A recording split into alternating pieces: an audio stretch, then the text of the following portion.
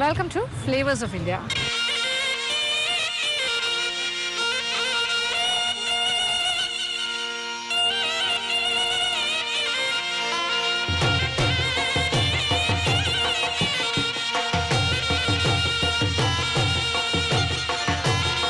നമ്മളിപ്പോൾ ജുനാഗത്തിൽ നിന്നും വീണ്ടും മുന്നോട്ട് യാത്ര ചെയ്യാൻ പോവുകയാണ്. കുറച്ച് ഹിസ്റ്റോറിക്കലായിട്ടുള്ള സ്ഥലങ്ങളൊക്കെയാണ് നമ്മൾ ജുനാഗത്തിൽ കണ്ടത്. പക്ഷേ ഇനി നമുക്ക് മുന്നോട്ട് പോകണം.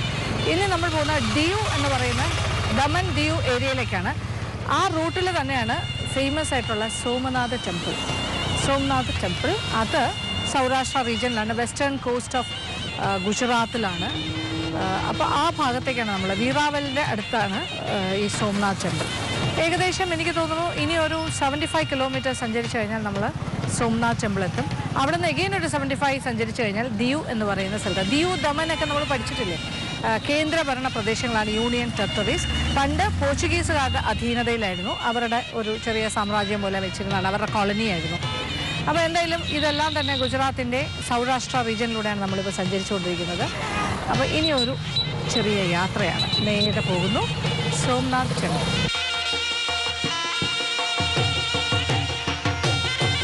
നമ്മളിപ്പോൾ തിരക്ക് പിടിച്ചൊരു മാർക്കറ്റ് ഏരിയയിൽ നിൽക്കുവാണ്.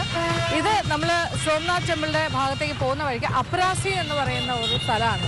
കുറച്ച് മാർക്കറ്റ് ഏരിയ പോലെയാണ്, കടകൾ അതൊക്കെ ആയിട്ട്. ലോക്കൽ ഇവരുടെ ചൂലൊക്കെയാണ്, നോക്ക് ഇവിടുത്തെ ലോക്കൽ പ്രോഡക്ട്സ് വെച്ചിട്ട് ഉണ്ടാക്കിയ റബ്ബർ ബാൻഡൊക്കെ നല്ല ഭംഗിയുണ്ട്. എന്തായാലും 10 രൂപയാണ്, 10 രൂപയുള്ളൂ. ചൂടായിട്ട് ഇവിടെ ഇങ്ങനെ മറ്റേ ഫ്രൈംസ് പോലത്തെ കാര്യങ്ങളൊക്കെ ചൂടായിട്ട് കപ്പലണ്ടി വറുക്കുന്ന പോലെയാണ്. അതിനകത്ത് എടുത്തിട്ടിട്ട് ഫ്രൈംസ്, ഇത് ഓയിലല്ല ഫ്രൈ ചെയ്യുന്നത്, അല്ലാതെ ചുട്ടെടുക്കുകയാണ്. ആഹാ, അത് മുരിഞ്ഞ് വരുന്നതുണ്ടോ? ഇതിൽ ഒട്ടും തന്നെ എണ്ണ ചേർക്കുന്നില്ല എന്നുള്ളതാണ് അതിൻ്റെ ഏറ്റവും വലിയ പ്രത്യേകത.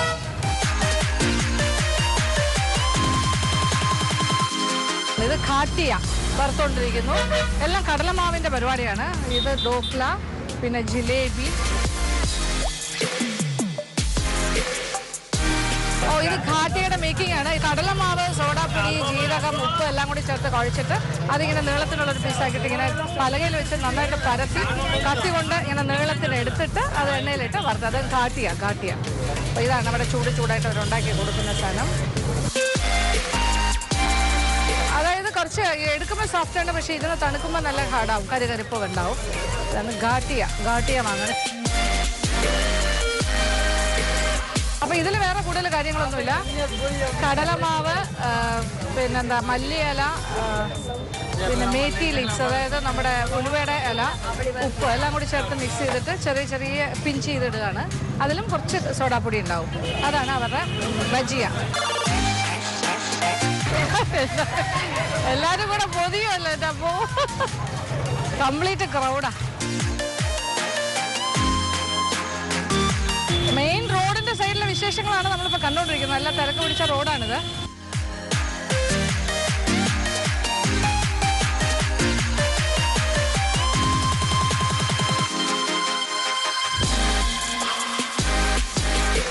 വിശ്വപ്രസിദ്ധമായ സോമനാഥ ടെമ്പിൾ പ്രമൈസസിലെത്തി കഴിഞ്ഞു. ഇവിടേക്കാണ് നമ്മൾ ജുനാഗദിൽ നിന്നും ഈ ഡെസ്റ്റിനേഷൻ തേടിയാണ് എത്തിയിരിക്കുന്നത്.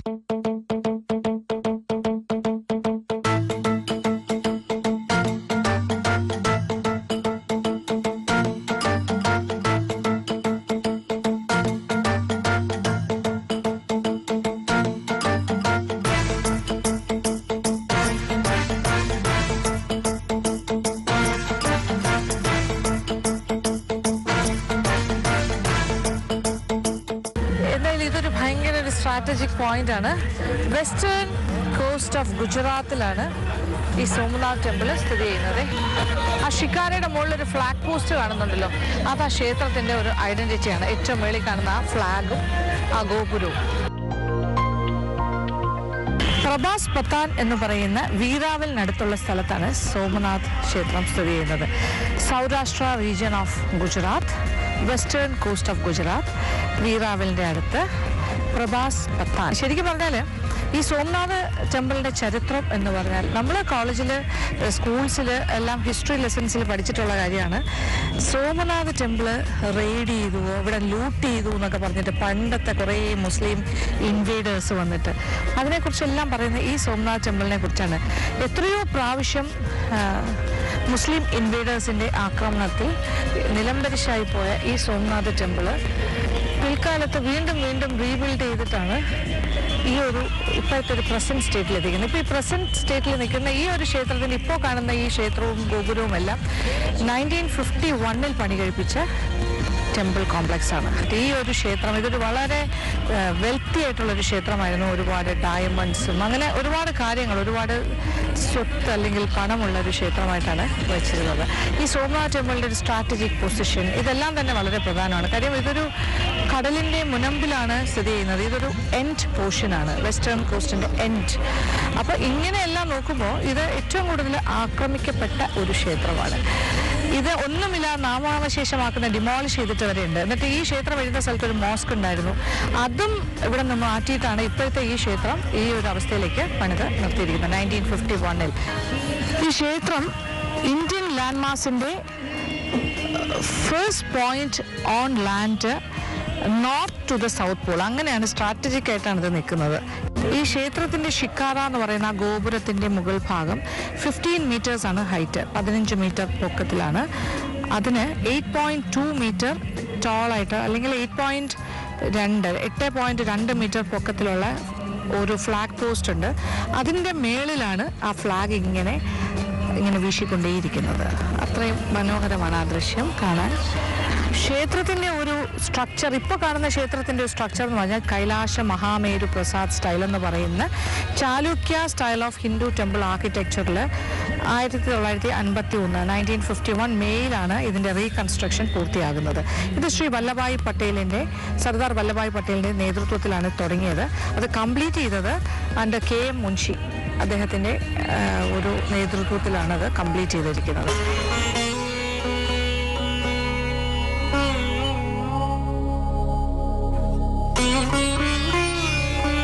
സോമനാഥ ടെമ്പിൾ നിൽക്കുന്ന ഈ ഒരു സ്ഥലത്തിന് മറ്റൊരു പ്രാധാന്യം എന്ന് പറയുന്നത് വളരെ ഹോളി ആയിട്ടുള്ളൊരു സൈറ്റായിട്ടാണ് ഇത് അറിയപ്പെടുന്നത്. Kapila, Hiran and mythical Saraswati river, ഇത് മൂന്നിൻ്റെയും വന്ന് ഈ കടലിൽ യോജിക്കുന്ന ഒരു ത്രിവേണി സംഗമ സ്ഥലവും കൂടിയാണെന്ന് പറയപ്പെടുന്നു. 3 നദികളുടെ സംഗമവും ഈ കടൽ തീരത്ത് നടക്കുന്നുണ്ട്, അല്ലെങ്കിൽ ഈ ഒരു പർട്ടിക്കുലർ പോയിന്റിൽ നടക്കുന്നുണ്ട്. മിത്തിക്കൽ സരസ്വതി എന്ന് പറയാനുള്ള കാര്യം, സരസ്വതി നദി ഒഴുകുന്നത് ആർക്കും കാണാൻ പറ്റില്ല. നമ്മളത് ഒരു പ്രാവശ്യമേ കണ്ടിട്ടുള്ളൂ. അതങ്ങനെയാണ് പറയുന്നത്. അതിൻ്റെ ഒറിജിൻ എന്ന് പറയുന്നത് അല്ലെങ്കിൽ ഉത്ഭവ സ്ഥലം എന്ന് പറയുന്നത് ബദ്രീനാഥിൽ നിന്നാണ്. അവിടെ ഒരു വലിയൊരു ഗോർജിൽ ഇങ്ങനെ കുത്തൊഴുക്ക് പോലെ സരസ്വതി നദി ഇങ്ങനെ ഒഴുകുകയും അത് താഴേക്ക് ഇങ്ങനെ പോവുകയും ചെയ്യുന്നു. അത് അന്തർധാരയായി ഭൂമിക്കടിയിലൂടെ സഞ്ചരിച്ച് അത് ത്രിവേണി സംഗമം, അലഹബാദിലെ ത്രിവേണി സംഗമത്തിൽ വന്ന് കൂടുന്നു. ഗംഗ, സരസ്വതി, യമുന എല്ലാം കൂടി യോജിക്കുന്നു എന്നാണ് സങ്കല്പം. അപ്പോൾ അന്തർധാരയായി ഭൂമിക്കടിയിലൂടെ ഒഴുകുന്ന ഒരു നദിയെക്കുറിച്ച് പറയുമ്പോൾ അത് വളരെ മിത്തിക്കൽ തന്നെയാണ്. അതൊരു സ്റ്റോറി പോലെ അല്ലെങ്കിൽ ഒരു ഭയങ്കര ഒരു മിസ്റ്ററി ആണ് സത്യം പറഞ്ഞാൽ. അപ്പോൾ ആ സരസ്വതി നദി ഇവിടെ വരുന്നു എന്നാണ് സങ്കല്പം. അപ്പോൾ സരസ്വതിയും ഹിരൺ ആൻഡ് കപില ഇങ്ങനെ 3 നദികളുടെ ഒരു സംഗമമാണ് ഈ ഒരു അറേബ്യൻ കടലിൻ്റെ ഈ ഒരു പ്രദേശം. അതുകൊണ്ട് തന്നെ അതൊരു ഹോളി സ്പോട്ടാണെന്നും അവിടെയാണ് ഈ സോമനാഥ ടെമ്പിൾ സ്ഥിതി ചെയ്യുന്നത്. അപ്പോൾ ഈ സോമനാഥ ടെമ്പിളിൻ്റെ ഒരു ചരിത്രം പരിശോധിച്ചാൽ ഇത് ആര് ഇത് ഇവിടെ പണിതു അല്ലെങ്കിൽ ഇവിടെ സ്ഥാപിച്ചു എന്നുള്ളതിനെക്കുറിച്ച് അൺനോൺ ആണ് ഹിസ്റ്ററി പറയുന്നത്. അങ്ങനെ ഒരു വ്യക്തമായ ഒരു വർഷമോ അല്ലെങ്കിൽ ആരെന്നുള്ളതിനെക്കുറിച്ച് ഒരു വ്യക്തതയില്ല. ക്ഷേത്രത്തിൻ്റെ ചരിത്രത്തിലേക്ക് കിടക്കുകയാണെങ്കിൽ നമുക്ക് ഒരുപാട് ഇൻട്രസ്റ്റിംഗ് ആയിട്ടുള്ള കാര്യങ്ങൾ മനസ്സിലാക്കാൻ സാധിക്കും. 1024 എന്ന് പറയുന്ന ആ ഒരു പീരീഡിൽ 1024 കാലഘട്ടത്തിൽ മുഹമ്മദ് ഗസ്നിയാണ് ആദ്യമായിട്ട് ഇത് പ്ലണ്ടർ ചെയ്യുന്നു. ഇത് കംപ്ലീറ്റ് ആയിട്ട് ഇവിടുത്തെ ജ്യോതിർലിംഗം പൊട്ടിച്ച് ഇവിടുത്തെ അന്ന് ഇതൊരു വുഡൻ സ്ട്രക്ചറായിരുന്നു, തടി കൊണ്ട് പണിത ഒരു ക്ഷേത്രമായിരുന്നു എന്നാണ് പറയപ്പെടുന്നത്. ആ ഒരു സമയത്ത് തന്നെ ഇവിടുത്തെ സാൻഡൽവുഡ് ഗേറ്റ്സ് ചന്ദനത്തിൽ തീർത്ത് ഇതിൻ്റെ ഗേറ്റ് എല്ലാം ഇളക്കിക്കൊണ്ട് പോകുന്നു. പിന്നീട് അത് പിൽക്കാലത്ത് വീണ്ടും റീകൺസ്ട്രക്ട് ചെയ്ത് വീണ്ടും ഇവിടെയുള്ള രാജാക്കന്മാർ അതിനെ തിരിച്ച് റീസ്റ്റോർ ചെയ്യുന്നു. എങ്കിലും അടുത്ത ആക്രമണം 1299 പിന്നീട് 1299 അലാവുദ്ദീൻ ഖിൽജി വന്ന് ഈ ക്ഷേത്രത്തിനെ തരിശാക്കിയിട്ട് പോയിട്ടുണ്ട്. അത് കഴിഞ്ഞിട്ട് പിന്നെ കിങ് ഓഫ് സൗരാഷ്ട്ര ചുഡാസമ എന്ന് പറയുന്ന സൗരാഷ്ട്രയുടെ രാജാവ് 1308 അത് റീബിൽഡ് ചെയ്തു. വീണ്ടും 1395 ഗുജറാത്തിലെ ഗവർണറായിരുന്ന, അതായത് ഡൽഹി സുൽത്താനേറ്റ് പീരീഡിലെ ഗുജറാത്തിൻ്റെ ഗവർണർ, ലാസ്റ്റ് ഗവർണറായിരുന്ന സഫർ ഖാൻ, അദ്ദേഹം വന്ന് വീണ്ടും ഈ ക്ഷേത്രത്തിനെ നശിപ്പിച്ചിട്ട് പോകുന്നു. അത് കഴിഞ്ഞിട്ട് വീണ്ടും അത് റീബിൽഡ് ചെയ്യുന്നു ഇവിടുത്തെ രാജാക്കന്മാർ, ഹിന്ദു രാജാക്കന്മാർ ഗുജറാത്തിലെ. അത് കഴിഞ്ഞിട്ട് എഗെയിൻ 1451 1451 മുഹമ്മദ് ബിഗാഡ എന്ന് പറയുന്ന സുൽത്താൻ, അദ്ദേഹം ഗുജറാത്തിലെ സുൽത്താനായിരുന്നു. അദ്ദേഹം വന്ന് ഈ ഒരു ക്ഷേത്രവും ക്ഷേത്ര പരിസരവും എല്ലാം വളരെ മോശമായ രീതിയിൽ അതിൻ്റെ ഈ പവിത്രതയെല്ലാം നശിപ്പിക്കുന്ന രീതിയിൽ അത് ഡെസിക്രേറ്റ് ചെയ്തിട്ട് പോകുന്നു. അത് വീണ്ടും ക്ഷേത്രത്തിന് മോശപ്പെട്ടൊരു കാലഘട്ടമാണ്. അത് കഴിഞ്ഞ് വീണ്ടും അത് പഴയ സ്റ്റേറ്റിലേക്ക് റീഇൻസ്റ്റോർ ചെയ്ത് കൊണ്ടുവരുന്നു. എന്നിട്ട് അവിടെ കൊണ്ടൊന്നും ഇരുന്നില്ല കഥ. 1546 പോർച്ചുഗീസുകാരുടെ ഒരു ആക്രമണം ഉണ്ടാകുന്നു. അതായത് ഗോവയിലുണ്ടായിരുന്ന പോർച്ചുഗീസുകാർ, ഗോവയിലാണ് ബേസ് ചെയ്തിരുന്നത് പോർച്ചുഗീസുകാർ, അവരവിടെ നിന്നിട്ട് ഇവിടുത്തെ ഗുജറാത്ത് പോർട്ടൊക്കെ അറ്റാക്ക് ചെയ്യാനായിട്ട് വരുന്നു. ആ കൂട്ടത്തിൽ ഒരുപാട് ക്ഷേത്രങ്ങളും പള്ളികളും എന്താ പറയുക മോസ്കോ ഒക്കെ നശിപ്പിച്ചിട്ടുണ്ടായിരുന്നു. ആ സമയത്ത് ഈ ഒരു ക്ഷേത്രവും പോർച്ചുഗീസുകാർ ടാർഗറ്റ് ചെയ്തിരുന്നു. ഇതെല്ലാം കഴിഞ്ഞിട്ട് 1665 മുഗൾ ചക്രവർത്തിയായ ഔറംഗസീബ് ഫൈനലായിട്ട് ഈ ക്ഷേത്രത്തിനെ ഡിസ്ട്രോയ് ചെയ്യാനായിട്ടുള്ള തീരുമാനമായിട്ട് എത്തുന്നു. എന്നിട്ട് കുറേയൊക്കെ നശിപ്പിച്ചിട്ട് പോകുന്നു. അത് കഴിഞ്ഞിട്ട് അദ്ദേഹം 1702 ഒരു ഓർഡർ കൊടുക്കുന്നു. ഇൻ കേസ് എന്തെങ്കിലും കാരണവശാൽ ഇവിടുത്തെ ഹിന്ദുസ് എല്ലാവരും കൂടി ചേർന്നിട്ട് ഇവിടുത്തെ വർഷിപ്പ് അല്ലെങ്കിൽ പൂജാതി കർമ്മങ്ങളൊക്കെ വീണ്ടും റിവൈവ് ചെയ്ത് കൊണ്ടുവരികയാണെങ്കിൽ ഈ ക്ഷേത്രം കംപ്ലീറ്റ് ആയിട്ട് ഡിമോളിഷ് ചെയ്ത് കളയണം എന്നുള്ള ഒരു ഓർഡറും കൂടി 1702 പുറപ്പെടുവിക്കുന്നു. അത് ഔറംഗസീബിൻ്റെ പീരീഡ് ഓഫ് ടൈം. അങ്ങനെ മാറി മാറി വന്ന ഓരോ ഇൻവേഡേഴ്സ്, ഇപ്പോൾ അഫ്ഗാൻ ഇൻവേഡേഴ്സ് ആയിട്ടാണെങ്കിലും അല്ലെങ്കിൽ ഇന്ത്യക്ക് അകത്തുണ്ടായിരുന്ന മുസ്ലിം രാജാക്കന്മാരാണെങ്കിലും എല്ലാവരും കൂടി ചേർന്നിട്ട് ഇങ്ങനെ കംപ്ലീറ്റ് ആയിട്ട് ഈ ഒരു ക്ഷേത്രത്തിനെ തന്നെ ടാർഗറ്റ് ചെയ്ത് ഈ ക്ഷേത്രത്തിനെ പൊളിക്കണം എന്നുള്ളൊരു ഉദ്ദേശത്തോടുകൂടി, എന്താണെന്നറിയില്ല, ഈ ക്ഷേത്രം തന്നെയായിരുന്നു അവരുടെ ടാർഗറ്റ് ആയിട്ട് നിന്നത്. അതിന് ഒരുപാട് കാരണങ്ങൾ ഉണ്ടായിരുന്നിരിക്കാം ആ കാലഘട്ടത്തിൽ. പക്ഷേ എന്തായാലും ഇതിനെ ഉപദ്രവിക്കാത്ത ആൾക്കാരില്ലായിരുന്നു. അപ്പോൾ ഓൾമോസ്റ്റ് ഈ ഇൻടോളറൻസ് ഉണ്ടായിരുന്ന എല്ലാ മുസ്ലിം ഇൻവേഡേഴ്സും ഇവിടെ ഉണ്ടായിരുന്ന മുസ്ലിം റൂളേഴ്സ്, ഈവൻ ഇവിടുത്തെ സുൽത്താൻ ബിഗാഡ എന്ന് പറഞ്ഞിട്ട് ആ ഒരു സുൽത്താൻ പോലും, ഈവൻ ഗുജറാത്തിലെ സുൽത്താൻ പോലും ഇത് നശിപ്പിക്കാൻ നോക്കി എന്ന് പറയുന്നത് ഒരു അതിശയോക്തി അല്ല. അങ്ങനെയാണ് ചരിത്രകാരന്മാർ രേഖപ്പെടുത്തിയിരിക്കുന്നത്.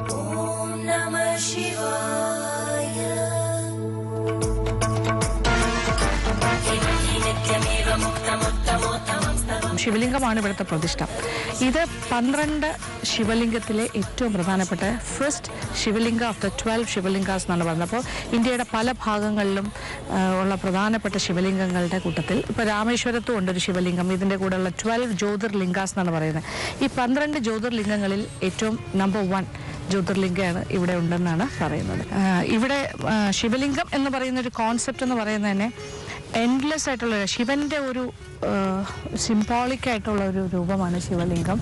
അതിനെക്കുറിച്ച് പറയുന്നത് തന്നെ ഇങ്ങനെയാണ്: ജ്യോതിർലിംഗാസ് എന്ന് പറഞ്ഞാൽ സുപ്രീമായിട്ടാണ് കണക്കാക്കപ്പെടുന്നത്. അതായത് undivided reality out of which Shiva partly appears എന്നാണ്. ഇവിടെ ശരിക്കും ശിവഭഗവാൻ ഒരു ഫയറി കോളം ഓഫ് ലൈറ്റ്, ഒരു പ്രകാശത്തിൻ്റെ രൂപത്തിലാണ് ശിവഭഗവാനെ ഇവിടെ കാണേണ്ടത്, ഇവിടുത്തെ ശിവലിംഗത്തിനെ. അതായത് ഒരു അഗ്നിയുടെ രൂപം എന്ന് പറയാം, ആ രീതിയിൽ ഫയറി കോളം ഓഫ് ലൈറ്റ്, അങ്ങനെയാണ് വിശ്വാസം. ശിവലിംഗം എന്ന് പറയുന്നത് ഒരു എൻലെസ് ഒരു ബിഗിനിങ്ങും എൻഡും ഇല്ലാത്ത ഒരു സ്തംഭം എന്നുള്ള രീതിയിലാണ്. അതായത് ആദിയും അന്ത്യവും ഇല്ലാത്തൊരു കാര്യം. അപ്പോൾ ഒരു ഇൻഫിനിറ്റ് നേച്ചർ ഓഫ് ശിവ എന്നുള്ളതാണ് അതിൻ്റെ കോൺസെപ്റ്റ്. അത്ര ശക്തമായൊരു ഫീലിംഗാണ് ശിവലിംഗം പ്രദാനം ചെയ്യുന്നത്. അപ്പോൾ ശിവലിംഗം തന്നെ ഇപ്പോൾ ജ്യോതിർലിംഗാസ് പല രീതിയിലാണ് റെപ്രസെൻ്റ് ചെയ്യുന്നത്. പല സ്ഥലം ഇപ്പോൾ രാമേശ്വരത്ത് ജലത്തിനാണ് കൂടുതൽ പ്രാധാന്യം.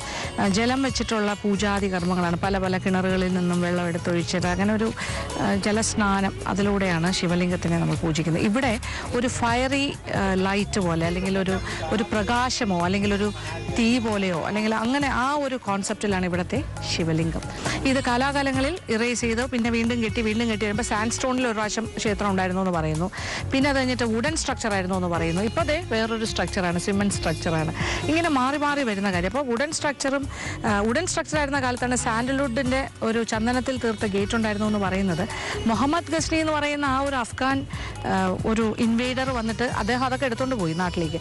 പിന്നീട് അത് അദ്ദേഹത്തിൻ്റെ ടൂമ്പിൻ്റെ പരിസരത്ത് അഫ്ഗാനിൽ ഗസ്നി എന്ന് പറഞ്ഞ സ്ഥലത്ത് ഉണ്ടായിരുന്നു എന്നാണ് പറയുന്നത്. പിൽക്കാലത്ത് പിന്നെ ബ്രിട്ടീഷുകാരുടെ കാലത്ത് അതിനെക്കുറിച്ച് ഒരു തിരിച്ചു കൊണ്ടുവരാൻ, ആ ഗേറ്റ്സ് തിരിച്ചു കൊണ്ടുവരണം എന്നുള്ളൊരു ചർച്ചയുണ്ടായി. അത് പിന്നെ ബ്രിട്ടീഷ് ഹൗസ് ഓഫ് കോമൺസിലൊക്കെ വലിയ ചർച്ചയാവുകയും അതിൻ്റെ ബേസിസിൽ ആ ഗേറ്റ് അവിടെ നിന്ന് കൊണ്ടുവരികയും ചെയ്തു ഇന്ത്യയിലേക്ക്. പക്ഷേ ഇവിടെ കൊണ്ടുവന്ന് നോക്കിയപ്പോഴാണ് മനസ്സിലാവുന്നത് അത് ഡ്യൂപ്ലിക്കേറ്റ് ഗേറ്റ് ആണെന്ന്. പക്ഷേ അപ്പോൾ ഒറിജിനൽ ഗേറ്റ്, ആ സാൻഡൽവുഡ് ഗേറ്റ് പോയി. പിന്നെ ആ ഡ്യൂപ്ലിക്കേറ്റ് ഗേറ്റ് ഇപ്പോഴും ആഗ്ര ഫോർട്ടിൻ്റെ അകത്തെ സ്റ്റോറിൽ സൂക്ഷിച്ചിരിക്കുന്നു എന്നാണ് പറയുന്നത്. ബാണസ്തംഭ എന്നുള്ളൊരു പില്ലറിലെ ഇൻസ്ക്രിപ്ഷനിൽ, സാൻസ്ക്രിറ്റ് ഇൻസ്ക്രിപ്ഷനിലാണ് ഇത് പറഞ്ഞിരിക്കുന്നത്. ഇതിൻ്റെ ഒരു സീഷോറിൽ നിന്നും സ്ട്രെയിറ്റ് ലൈൻ എടുത്തു കഴിഞ്ഞാൽ ഇതിന് പാരലലായിട്ട് അന്റാർട്ടിക്ക വരെ ഒരു ലാൻഡ് ഇല്ല എന്നാണ് പറയുന്നത്. സ്ട്രെയിറ്റ് ആയിട്ട് ഈ സോംനാഥിൻ്റെ സീഷോറിന് സ്ട്രെയിറ്റ് ആയിട്ട് ഒരു ലാൻഡും ഇല്ല അൺടിൽ അന്റാർട്ടിക്ക. അന്റാർട്ടിക്കയിൽ മാത്രമേ ഉള്ളൂ അതിന് പാരലായിട്ടൊരു ലാൻഡ് എന്നാണ് പറയുന്നത്. അറിയില്ല, ജോഗ്രാഫിക്കലി പറയാണ്. പക്ഷേ ഈ ജോഗ്രാഫിക്കൽ പൊസിഷൻസ് എല്ലാം എപ്പോഴും അങ്ങോട്ടും ഇങ്ങോട്ടൊക്കെ മാറുമല്ലോ. ഈ കടലിൻ്റെ പൊസിഷൻ, അതിൻ്റെ ലാൻഡ് എറോഷൻ, അല്ലെങ്കിൽ അങ്ങോട്ട് പോകുന്നു, കടൽ ഇങ്ങോട്ട് പോകുന്നു എന്നൊക്കെ. പക്ഷേ ഇതിനെക്കുറിച്ച് അങ്ങനെയൊക്കെ പറയുന്നുണ്ട്. എന്തായാലും ഇതൊരു സ്ട്രാറ്റജിക് പോയിന്റാണ് എന്ത് പറഞ്ഞാലും. അല്ലെങ്കിൽ ഇങ്ങനൊരു സ്ഥലത്ത് കൊണ്ട് ഇങ്ങനെ ഒരു ക്ഷേത്രം വയ്ക്കില്ലല്ലോ. ഇത് പൂർവികർ എന്തൊക്കെയോ കണ്ടിട്ടായിരിക്കണം ഇതിങ്ങനെ ഒരു ക്ഷേത്രം, ഇതിൻ്റെ ഒരു തേജസ്, ഇതിന് ഉണ്ടായ ഒരു പ്രാധാന്യം, എന്തുകൊണ്ടും അവിടെ ഒരു ഭയങ്കരമായ ദിവ്യമായ ഒരു സ്ഥലമാണെന്ന് കണ്ടെത്തി അവിടെ ഒരു ജ്യോതിർലിംഗം വരുന്നു.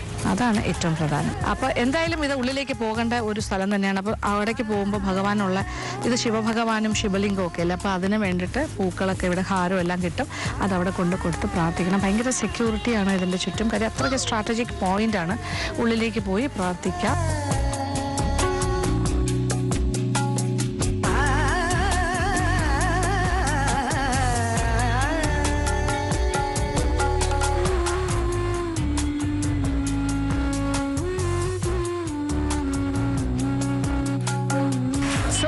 ടെമ്പിളിലെ സോമനാഥ ഭഗവാൻ എന്ന് പറഞ്ഞാൽ ഗോഡ് ഓഫ് ദ മൂൺ എന്നാണ്, ശിവഭഗവാൻ. അപ്പോൾ മൂണിനെ കുറിച്ചും ഒരു ഐതിഹ്യമുണ്ട് ഈ ക്ഷേത്രവുമായി ബന്ധപ്പെട്ട്. ചന്ദ്രഭഗവാന് തേജസ് നഷ്ടപ്പെട്ടു എന്നും ഒരു ശാപത്തിൻ്റെ ഭാഗമായിട്ട്, because of A curse moon lost it's എന്താ പറയുക, അതിൻ്റെ ഒരു ഗ്ലോറി, അതിൻ്റെ ഒരു ഭംഗി എല്ലാം നഷ്ടപ്പെട്ട്, അതിൻ്റെ ഒരു ചാം ഒക്കെ നഷ്ടപ്പെടുകയും അത് തിരിച്ചു പിടിക്കാനായിട്ട് ഇവിടെ വന്നിട്ട്, ഇവിടെ റിവർ സരസ്വതിയിൽ, ഇതൊരു സംഗമ തീരമാണല്ലോ, അവിടെ മുങ്ങിയാണ് ആ ഒരു കേഴ്സിൽ നിന്നും വിടുതൽ കിട്ടിയതെന്നോ അല്ലെങ്കിൽ ആ ശാപത്തിൽ നിന്നും മോചിതനായെന്നൊക്കെയാണ് പറയപ്പെടുന്നത്. അങ്ങനെ ഒരു ഐതിഹ്യമാണ്, അതൊരു കഥയാണ് മൂൺ ഗോഡിനെ കുറിച്ചുള്ള. ക്ഷേത്രത്തിൻ്റെ ഉള്ളിലെ ദർശനമൊക്കെ കഴിഞ്ഞ് ഞാൻ തിരിച്ചെത്തിയിരിക്കുവാണ്. ഒരു പ്രത്യേകതയാണെന്ന് വെച്ചാൽ അവിടെ അകത്തൊരു മ്യൂസിയം ഒക്കെ ഉണ്ട്. പക്ഷേ അതിനകത്ത് പണ്ടത്തെ കാലത്തെ എക്സ്കവേഷൻസ് നടത്തിയ സമയം തൊട്ടുള്ള ഇത് ഒരുപാട് പ്രാവശ്യം ഇടിച്ച് പൊട്ടിച്ച് കളഞ്ഞിട്ട് പിന്നെയും ഇളക്കിയല്ലേ അതിനെ വീണ്ടും റീസ്റ്റോർ ചെയ്ത്. അപ്പോൾ ഓരോ എക്സ്കവേഷൻസിൻ്റെയും ആ കാലഘട്ടത്തിൽ നടന്ന ആദ്യത്തെ ക്ഷേത്രം തൊട്ട് രണ്ടാമത്തെ ക്ഷേത്രത്തിൻ്റെയൊക്കെ അവശിഷ്ടങ്ങൾ കണ്ടെത്തിയതിൻ്റെ രേഖകളും ഒക്കെ പിക്ചറായിട്ട് അല്ലെങ്കിൽ പടങ്ങളായിട്ട് അവിടെ സൂക്ഷിച്ചിട്ടുണ്ട്. അപ്പോൾ നല്ലൊരു എക്സ്പീരിയൻസ് ആണ് ഇവിടെ വരുന്ന പ്രാർത്ഥിക്കേണ്ട സ്ഥലമാണ്. ഇവിടുത്തെ ശിവലിംഗവും ഒക്കെ സോമനാഥ ടെമ്പിൾ. അപ്പോൾ ഒരു കാര്യം വ്യക്തമാണ്, സോമനാഥ ടെമ്പിൾ ഒരു ലിവിങ് എക്സാമ്പിളാണ്. അത് ഏത് കാര്യത്തിനാണെന്ന് വെച്ചാൽ നമുക്ക് പ്രചോദനം തരുന്ന ഒരു പ്രധാന കാര്യമാണ്. The power of construction is stronger than the power of destruction എന്നുള്ളതാണ്. അതായത് നശിപ്പിക്കുന്നതിനെക്കാട്ടിലും ശക്തമാണ് തിരിച്ചു പിടിക്കാനുള്ള നമ്മളുടെ എല്ലാം കഴിവ്. അപ്പോൾ എത്ര പ്രാവശ്യം ഡിസ്ട്രോയ് ചെയ്താലും അത്രയും പ്രാവശ്യം അത് റീകൺസ്ട്രക്ട് ചെയ്യാൻ പറ്റുന്നു. So the power of construction is greater than the power of destruction. അതാണ് ഇവിടെ നിന്ന് നമുക്ക് തിരിച്ചു പോകുമ്പോൾ പറയാനുള്ള ഒരു പാഠം. അത് നമ്മളെല്ലാവരും മനസ്സിലാക്കേണ്ട കാര്യമാണ്. എന്തായാലും സോമനാഥ ടെമ്പിളിൻ്റെ വിശേഷങ്ങളൊക്കെ കഴിയാണ്.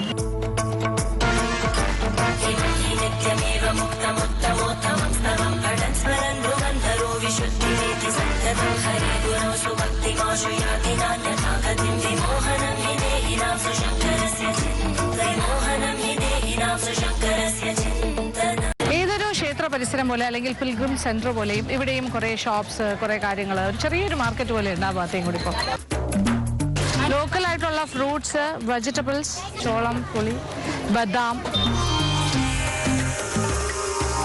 ഫാൻസി ഐറ്റംസ്, മാല, വള, കമ്മൽ, കുങ്കുമം, പിന്നെ പൂജയുടെ സാധനങ്ങൾ, പിന്നെ ഒരു ടെമ്പിൾ പ്രൊമൈസസിൽ നിന്ന് വാങ്ങാൻ പറ്റുന്ന ഓരോ കാര്യങ്ങളായിട്ട് നമുക്ക് ഗിഫ്റ്റൊക്കെ കൊടുക്കാൻ പറ്റിയ സാധനങ്ങൾ ധാരാളം. കീ ചെയിൻസ്, കുറേ ട്രിങ്ക്ലെറ്റ്സ് ആണ് ധാരാളമായിട്ട് കിട്ടും. പിന്നെ ദൈവത്തിൻ്റെ പിക്ചേഴ്സ് ധാരാളം. പിന്നെ ഹാൻഡ് മെയ്ഡ് ആയിട്ടുള്ള ചെറിയ ചെറിയ ഷാൻഡലൈസോ അല്ലെങ്കിൽ മുത്തിലൊക്കെ ഇവിടുത്തെ ആൾക്കാരുണ്ടാക്കുന്നതാണ്. ചെറിയ നൂല് കൊണ്ടുള്ള കുറച്ച് അലങ്കാര സാധനങ്ങൾ. 140 rupees. ഇതൊക്കെ ഇവർ ഉണ്ടാക്കുന്നതാണ്. പിന്നെ ഏറ്റവും രസം എന്താ വെച്ചാൽ ഇവിടെ വരികയാണെങ്കിൽ ഒരു പ്ലാനിങ്ങോട് കൂടി തന്നെ വരണം. കാര്യം ഇവിടെ വന്നാൽ ഇവിടെ സോംനാഥ് ടെമ്പിളിൻ്റെ അടുത്ത് വന്നിട്ട് ഇവിടെ താമസിക്കാൻ റൂംസ് അന്വേഷിക്കുമ്പോൾ ഇവിടെ വന്നപ്പോൾ അറിഞ്ഞതാണ് ആൾക്കാരുടെ ഒരു പരാതിയാണ്.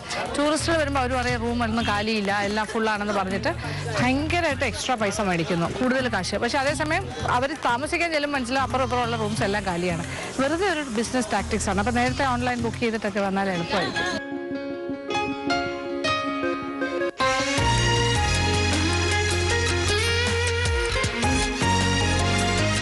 ചെറിയ ചെറിയ ട്രിങ്ക്ലെറ്റ്സ് ഒക്കെ വാങ്ങാൻ പറ്റിയ സ്ഥലം, മല, കമ്മൽ, പിന്നെ ദൈവത്തിൻ്റെ പിക്ചർ. ഇതാണ് ഭഗവാന്റെ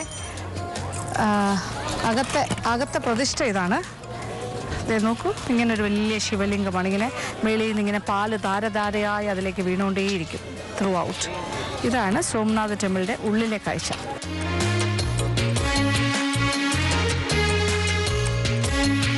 ഇവിടുത്തെ ഒരു സ്പെഷ്യൽ ഫ്രൂട്ട് ഇവിടുത്തെ ഇന്ത്യൻ ബെറീസ് ആണ്. അത് ഇങ്ങനെ ചെറിയ കുഞ്ഞ് ചുമന്ന കളറുള്ള ഫ്രൂട്ട്, അതാണ് ഇന്ത്യൻ ബെറീസ്. ഈ മുത്തുകൊണ്ട് ഉണ്ടാക്കുന്ന ഒരുപാട് ഹാൻഡിക്രാഫ്റ്റ് വർക്ക് ഇവിടെ ഫേമസ് ആണെന്ന് തോന്നുന്നു. കാര്യം പേഴ്സൊക്കെ കണ്ടില്ലേ, മുത്തുകൊണ്ടുള്ള പേഴ്സ് 100 രൂപ. മുത്തു പേഴ്സ് കണ്ടില്ലേ, നല്ല ഭംഗി. ഇത് ഹാൻഡ് വർക്കാണ്. പിന്നെ അതുപോലെ പാദസരം, പാദസരം, മുത്തിലെ പാദസരം നല്ല ഭംഗിയുണ്ട്. അതിൻ്റെ എല്ലാ കളേഴ്സും ഉണ്ട്, പല പല കളേഴ്സ്, നല്ല ഭംഗിയുള്ളതാണ്. ഇത് 60-70 രൂപയ്ക്കാണ് അവരിപ്പോൾ പറയുന്നത്. ഇതിൻ്റെ എല്ലാ കളേഴ്സും ഉണ്ട്. 70 ബ്ലാക്ക്, റെഡ്, ബ്യൂട്ടിഫുൾ. 70. ഇത് 100 രൂപ. നൈസ്.